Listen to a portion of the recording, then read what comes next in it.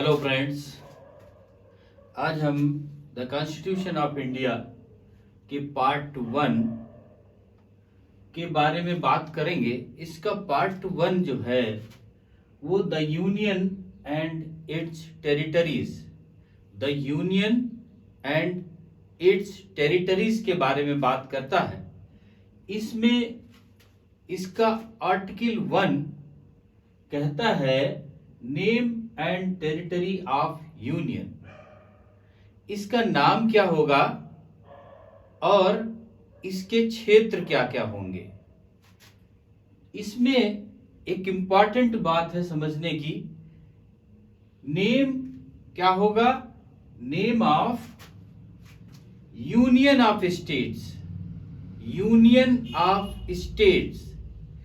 इस बात को यूनियन ऑफ स्टेट को इंडिया या भारत कहा जाता है। यूनियन ऑफ स्टेट को इंडिया या भारत, दो नाम है, इंडिया या भारत, दो नाम कहे जा सकते हैं। अब बात आती है कि यूनियन, इसमें यूनियन क्यों लाया गया और यूनियन का मतलब क्या है। ये बात बड़ी इंपॉर्टेंट है कि यूनियन इसमें क्यों कहा गया। यूनियन ऑफ स्टेट्स, यूनियन का मतलब क्या है। यहां पर यूनियन का मतलब दो बातों में आता है। पहली बात क्या है, union of India is not a result of agreement amongst the state like in the case of America। जो भारत के स्टेट्स होंगे उन स्टेट्स का जो सेंट्रल है उसके प्रति कोई एग्रीमेंट नहीं हुआ। जैसे अमेरिका में स्टेट्स का एग्रीमेंट के थ्रू होते हुए यूनाइटेड होते, यूनाइटेड कंबाइंड हुआ, जब एग्रीमेंट खत्म अलग हो गया तो यूनाइट है। यहां क्या है, यहां पर यूनियन है, सब कंबाइंड है, वो अलग नहीं हो सकते, एग्रीमेंट के थ्रू नहीं जुड़े, वो जुड़े ही हैं, कंबाइंड है। पहली बात कही। दूसरी बात कहा यूनियन का मतलब states have no right to secede from the federation. अब फेडरेशन क्या है? महासंघ। फेडरेशन क्या है? महासंघ। जो स्टेट्स का एकजुट होना उसको महासंघ कहा जाता, फेडरेशन कहा जाता। तो इन्होंने कहा कि इसको स्केट का पावर नहीं है, मतलब जो स्टेट जुड़े हैं महासंघ में उनको अलग होने का कोई राइट नहीं है। Federation is union because it is इंडेस्ट्रक्टिबल। Important word है ये कि जो फेडरेशन है, फेडरेशन इज यूनियन। फेडरेशन क्या है? जो राज्यों का महासंघ है वो क्या है? यूनियन। और उसमें से बिकॉज इट इज इंडेस्ट्रक्टिबल, क्योंकि ये अविनाशी है, इसे खत्म नहीं किया जा सकता। इन स्टेट्स को जो कंबाइंड हुए उसको खत्म नहीं किया जा सकता, इसलिए इसको यूनियन कहा जाता है। तो ये दो बातें थी, दोनों बातें बड़ी इंपॉर्टेंट हैं कि यूनियन, इसको क्यों यूनियन ही कहा गया कि ये अलग नहीं हो सकते, ये अलग नहीं हो सकते, ये फेडरेशन महासंघ है और जो यूनियन है इसको अलग नहीं किया जा सकता। उसी को द यूनियन ऑफ स्टेट, इसी को स्टेटों का महासंघ कहा गया, ये फेडरेशन कहा गया कि यूनियन ऑफ स्टेट्स, और वो क्या है? भारत या इंडिया। अब यूनियन ऑफ स्टेट, यूनियन मिलकर के किसको बना? तो मेंबर ऑफ यूनियन, ये जो भारत है, जो यूनियन है, इसका मेंबर ऑफ यूनियन, जिसके मेंबर कौन कौन से? स्टेट होंगे। और वो स्टेट कहां होंगे? Written in the first schedule. जो कॉन्स्टिट्यूशन का फर्स्ट शेड्यूल है उसमें जो हमारे राज्य और केंद्र शासित प्रदेश हैं, कौन कौन से? 28 स्टेट्स एंड 9 यूनियन टेरिटरीज। केंद्र शासित प्रदेश जो है 9 और 28 स्टेट्स। अभी जम्मू कश्मीर का चेंजिंग हुआ है, वो हम पहले की बात बता रहे हैं, इसमें 28 स्टेट्स एंड 9 टेरिटरीज इसमें से हैं। ये किसके हैं? ये इसके मेंबर है, यूनियन ऑफ स्टेट के मेंबर है। और यूनियन ऑफ स्टेट कौन है? भारत। यूनियन ऑफ स्टेट कौन है? इंडिया। तो इसका मतलब ये इंडिया और भारत के मेंबर हो गए। अब ये बात तो हो गई कि नाम इसका क्या हुआ, नाम कैसे रखा गया और नाम क्या हुआ। अब बात आती, दूसरी बात इसमें कहा गया टेरिटरीज ऑफ द यूनियन। इस यूनियन की क्षेत्र क्या क्या है? तो इस यूनियन के 3 क्षेत्र है। टेरिटरीज ऑफ इंडिया, इंडिया के टेरिटरीज जो है क्षेत्र, वो 3 क्षेत्रों में बांटा गया है। पहला क्षेत्र क्या है? यूनियन टेरिटरीज, जो केंद्र शासित प्रदेश है, जैसे दिल्ली है, ठीक, और लक्षद्वीप समूह है, ये सब किस में आ गए? ये सब आ गए यूनियन टेरिटरीज में। और दूसरा क्या हुआ? State territories. स्टेट टेरिटरीज कहाँ है? ये सब is the area specified in the first schedule. इनकी एरिया, इनका क्षेत्रफल कहाँ लिखा गया? फर्स्ट शेड्यूल में लिखा गया।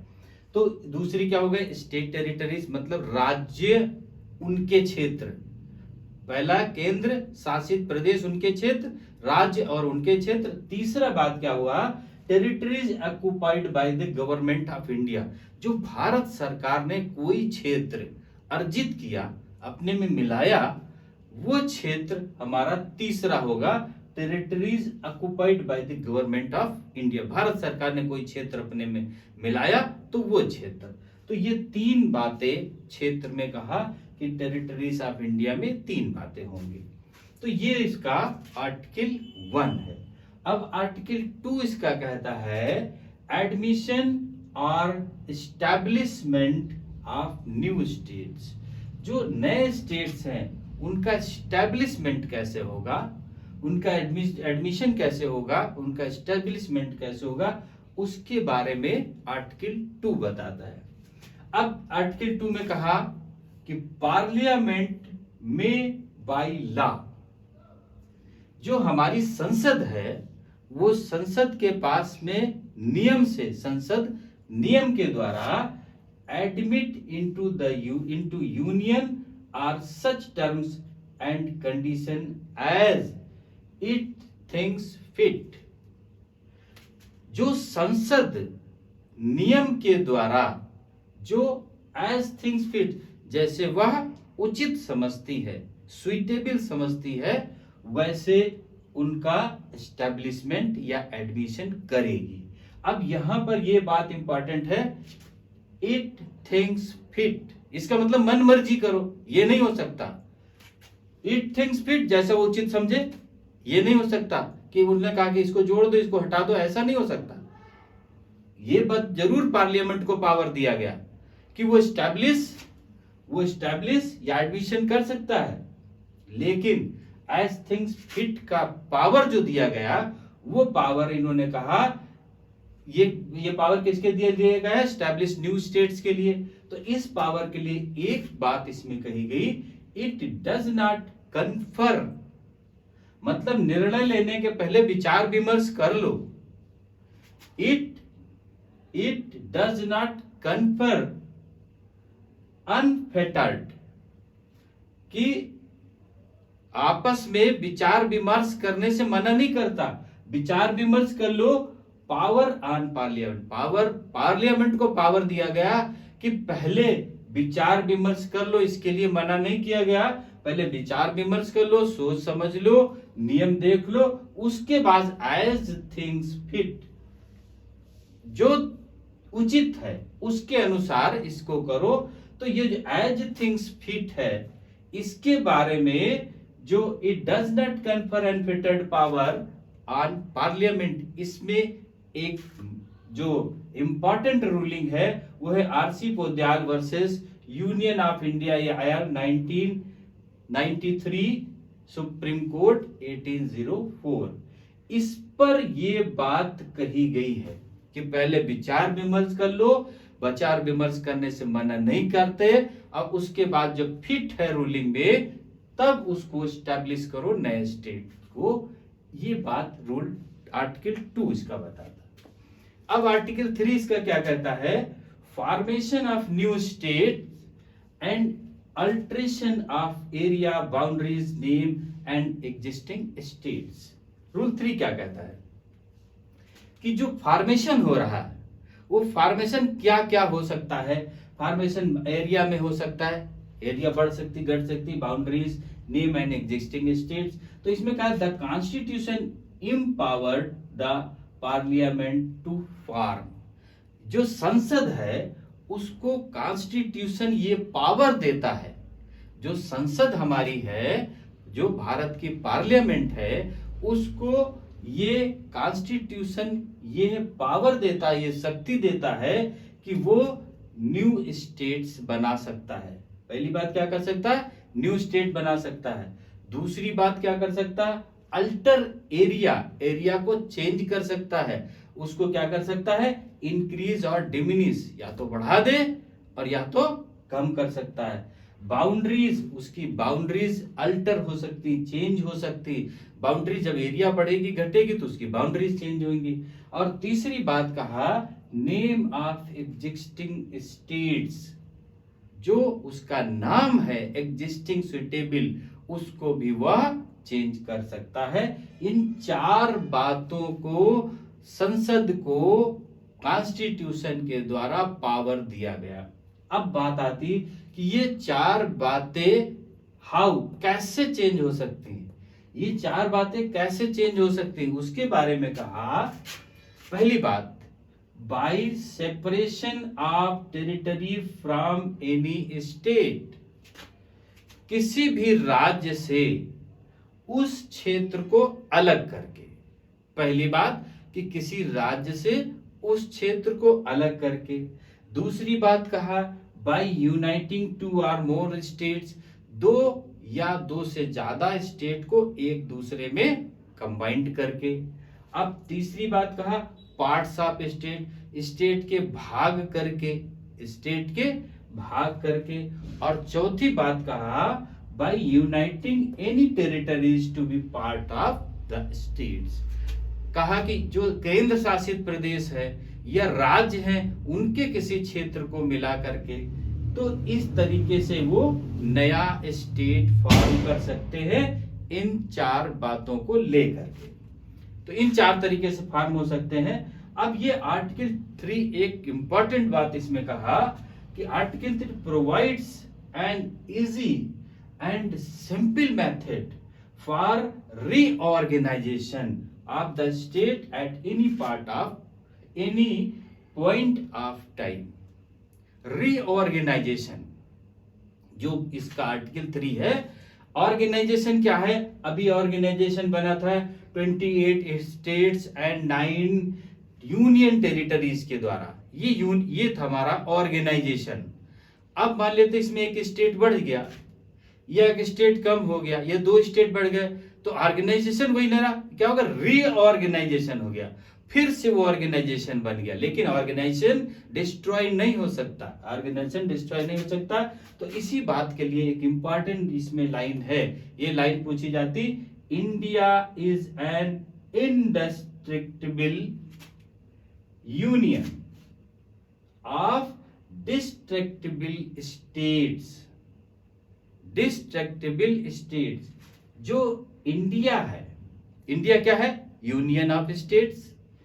इंडिया इज एन इनडिस्ट्रक्टिबल, जो इंडिया है वो अविनाशी है, अलग नहीं हो सकती, पार्ट नहीं हो सकते, स्टेट अलग नहीं हो सकते। तो इंडिया इज एन इनडिस्ट्रक्टिबल, अविनाशी है। लेकिन यूनियन ऑफ डिस्ट्रक्टिबल स्टेट्स, जो स्टेट है, स्टेट वो अविनाशी नहीं है, उन्हें क्या किया जा सकता है? खत्म किया जा सकता है, उन्हें उनको भाग किए जा सकते हैं, उनके एरिया को बांटा जा सकता है, उनकी बाउंड्री को चेंज किया जा सकता है और उनके 2 एक में मिलाए जा सकते हैं, केंद्र शासित प्रदेश या हमारे स्टेट्स। तो ये बात इन्होंने कहा कि जो भारत है वो क्या है? यूनियन ऑफ स्टेट है और उसे अविनाशी है, उसे अलग नहीं किया जा सकता, उसके पार्ट नहीं किए जा सकते, इंडिया के पार्ट नहीं किए जा सकते, लेकिन उसके स्टेट जो है, जो राज्य है, राज्यों को मिलाया जा सकता, जोड़ा जा सकता, घटाया जा सकता, उसकी एरिया को, उसका नाम परिवर्तित किया जाता, तो इसीलिए का डिस्ट्रक्टिबल स्टेट, स्टेट को बांटा जा सकता है। ये बात रूल 3 में कहा। रूल 4 कहता है इसका कि अगर इफ बाय द आर्टिकल 2 और 3, जो आर्टिकल 2 और 3 के द्वारा न्यू स्टेट्स फॉर्म हुए, न्यू स्टेट फॉर्म हुए बाय द आर्टिकल 2 और 3, अमेंड्स अगर बने तो क्या हुआ, amends, then first and fourth schedule amendments, अगर नया स्टेट बना तो एक स्टेट की एरिया कम या ज्यादा हुई, नया स्टेट बना उसकी एरिया, तो शेड्यूल फर्स्ट में तो पहले से लिखा हुआ है, उसके बाद जो नया फॉर्म हुआ जिसमें कम या ज्यादा हुआ तो उसको क्या करना पड़ेगा, हमारे जो शेड्यूल है फर्स्ट और 4 में भी अमेंडमेंट करना पड़ेगा, क्योंकि वही एरिया उसमें लिखनी पड़ेगी, वही एरिया उसमें चेंज करनी पड़ेगी, वही नाम उसमें दर्ज करना पड़ेगा और वही बाउंड्रीज उसमें दर्ज करनी पड़ेगी, किसमें, शेड्यूल फर्स्ट और 4 में। But it amends shall not be considered the provisions of article 368, लेकिन ये कॉन्स्टिट्यूशन का आर्टिकल 368 को प्रभावित नहीं करेगा। क्यों? क्योंकि आर्टिकल 368 कहता है कि जो कॉन्स्टिट्यूशन के बेसिक स्ट्रक्चर में कोई चेंजिंग नहीं होगी, तो ये बेसिक स्ट्रक्चर चेंज नहीं हो रहा, ये बेसिक स्ट्रक्चर चेंज नहीं हो रहा, क्योंकि क्या है, इंडिया जो हम यूनियन ऑफ स्टेट्स है उसमें कोई चेंजिंग नहीं हो रहा, उसमें कोई चेंजिंग नहीं रहा, कोई स्टेट्स खत्म नहीं हो रहा कि उससे निकल जा रहा है, ऐसा नहीं। अगर वो है तो एरिया वही है, स्टेट्स वही है, बस क्या है, उनके पार्ट है, उनको जोड़ा गया, उनको घटाया गया, तो बेसिक स्ट्रक्चर में कोई उसमें से चेंजिंग नहीं हो रहा। तो ये बात जो पार्ट 1 में इसकी the union and it's territories के बारे में बात की, उसमें आर्टिकल 1 से लेकर के आर्टिकल 4 तक है, वो उम्मीद है क्लियर हो गई होगी, आर्टिकल 1 से लेकर के आर्टिकल 4 तक। अब इसके पार्ट 2 में हम नेक्स्ट मिलते हैं। ओके, थैंक यू, जय हिंद।